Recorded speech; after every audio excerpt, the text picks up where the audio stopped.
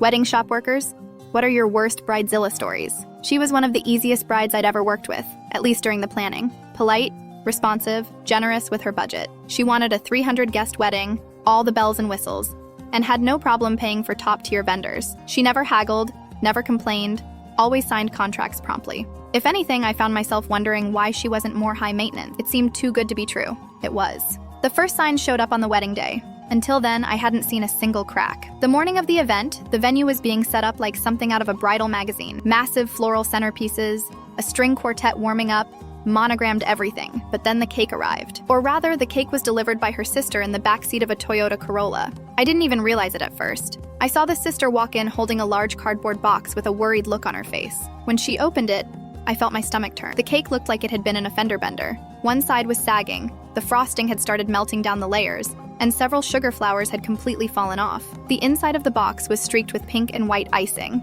I asked where it had come from, and that's when I learned the bride had told the baker it was for a birthday party. Said she only needed it to serve 50 people. She didn't want to pay the wedding cake upcharge or the delivery fee. So instead of a carefully handled centerpiece delivered in a temperature-controlled van, it sat in the Texas summer heat for 6 hours, driven across town in someone's backseat. We had about an hour before guests were set to enter the reception hall. I tried everything.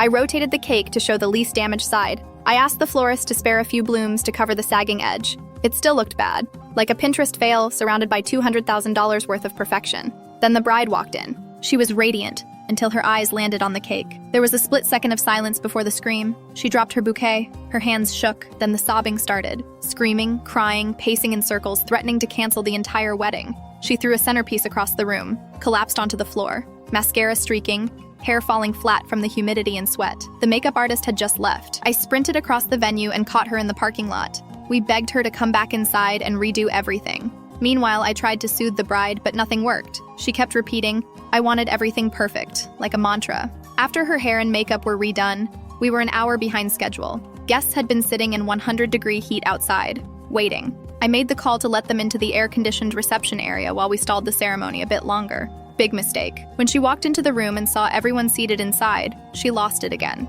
Said we had ruined her grand entrance. Another round of crying, more yelling. At this point, we were all just trying to get through it. The rest of the day was painful. She refused to smile in photos. She refused to take pictures with her new husband. When he tried to hug her or talk to her, she turned her back or pushed him away. Most of the guests quietly slipped out after dinner.